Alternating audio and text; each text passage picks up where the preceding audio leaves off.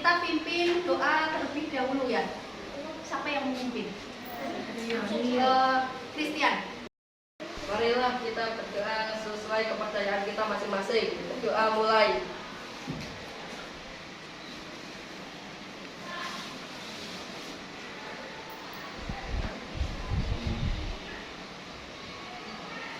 Selesai. Sebelum pembelajaran kita mulai, siapa hari ini yang tidak hadir? Aldi sama izinnya apa? Izin ya. Aldi sakit.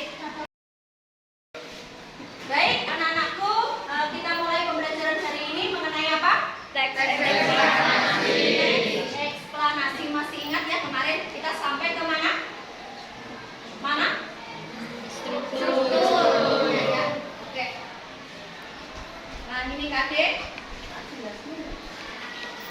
Oke, anak-anakku, di tujuan pembelajaran kalian kemarin sudah mengidentifikasi informasi dari teks eksplanasi, terus kedua meringkas isi teks eksplanasi, yang ketiga menelaah teks eksplanasi, yang keempat menyajikan informasi dalam bentuk teks eksplanasi, dan yang terakhir yang kelima menyajikan data dalam bentuk teks eksplanasi.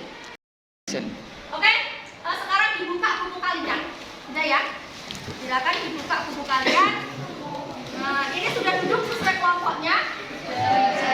Oke, sekarang kita belajar mengenai menyajikan informasi dalam bentuk teks eksplanasi. Kemarin masih ingat di strukturnya ada berapa?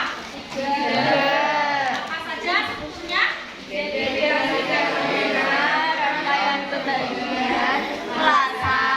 berarti ada di 3. Oke, sekarang lihat semua ke papan. Apa yang kalian amati dari gambar di bawah ini? Mengapa hal ini bisa terjadi? Apa yang kalian amati? Itu gambar apa? Pembuangan? Sampah. Kira-kira kalau kita buat sesuai dengan strukturnya bagaimana? Itu ada identifikasi, terus ada rangkaian, dan ada ulasannya di bagian. Oke, masih ingat ya? Di pembelajaran yang lalu kita belajar mengenai struktur teks eksplanasi. Di situ ada identifikasi, ada rangkaian kejadian, dan ada ulasan. Identifikasi itu berisi apa? Gambaran umum mengenai fenomena. Di rangkaian kejadian berupa apa? Ya, urutan waktu atau sebab akibat. Yang alasan dapat Zul? Ya, berisi komentar dari suatu kejadian. Oke, sekarang kita buka perbedaan antara ekspa dan expo.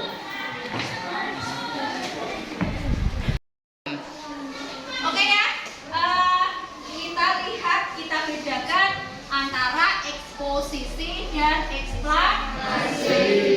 Oke, sekarang sudah ditulis? Sudah ditulis yang tulisan? Ya, oke. Di eksposisi dari pengertiannya adalah karangan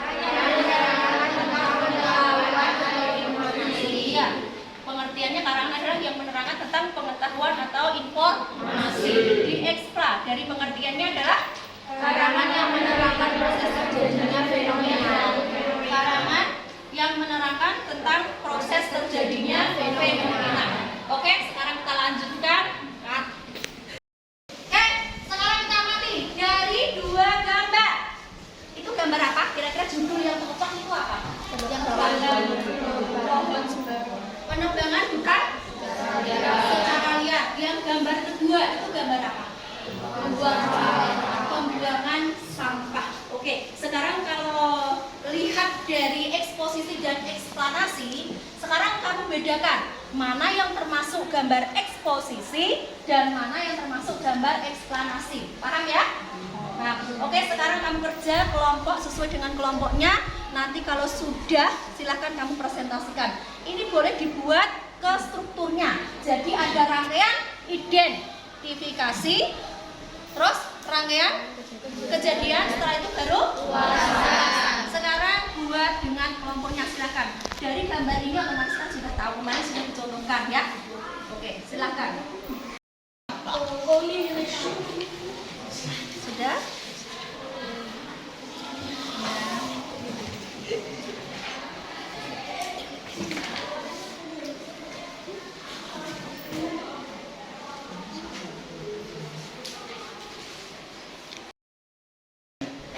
Gimana anak-anak, sudah selesai? Sudah ya? Oke, sekarang kelompoknya siapa yang mau presentasi? Kelompoknya si Yuan ya? Oke, kita mulai presentasi. Kira-kira di gambar 1, kamu pakai gambar 1 atau gambar 2? Gambar 1. Oke. Gambar 2 siapa? Kelompoknya siapa? Kelompoknya guru? Ya, nanti kelompoknya guru ya? Oke, itu adalah gambar 2. Assalamualaikum warahmatullahi wabarakatuh. Waalaikumsalam warahmatullahi wabarakatuh.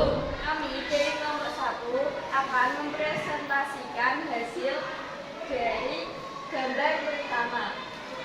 Dari gambar pertama merupakan jenis teks eksposisi. Strukturnya sebagai berikut. Tesis. Penerbangan hutan tampaknya masih menjadi salah satu permasalahan lingkungan terbesar di Indonesia dan bahkan terus berkembang.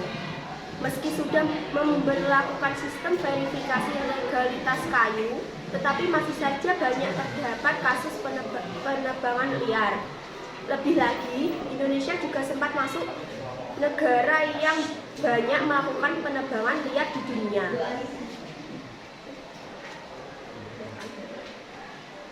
Pernyataan pendapat, pandemi COVID-19 pun seakan tidak menjadi penghalang. Dalam 6 bulan terakhir, setidaknya ada 15 kasus baru terkait penebangan liar. Menurut Julia Young, seorang manajer Global Forest World, Indonesia sempat memiliki persentase sebesar 80% penebangan liar. Tetapi saat ini sudah menurun, walaupun ia tidak menyertakan persentase kayu yang diperjualbelikan. Julia menyatakan saat ini jumlahnya sudah turun dengan drastis. Aditya Bayunada, perwakilan WWF dari Indonesia, menyatakan bahwa kayu yang ditebang secara legal mencapai 30 juta meter kubik, sementara kebutuhan dalam negeri saja mencapai 50-60 juta meter kubik. Seperti yang diketahui, penebangan liar atau illegal logging memiliki sejumlah dampak negatif bagi lingkungan kita. Dampak utama yang ditimbulkan adalah deforestasi, hilangnya biodiversitas, hingga pemanasan global. Gimana? Dari pembelajaran hari ini, kira-kira ada pertanyaan? Tidak ada? Sudah paham? Sudah. Oke, karena jam sudah selesai, ini penugasan di rumah halaman 146 sampai 147. Sudah ya? Dikerjakan di buku. Oke. Ada pertanyaan sebelum mulai ditutup? Tidak ada ya? Oke. Sebelum kita tutup, kita kasih ice breaking dulu pakai teks semangat.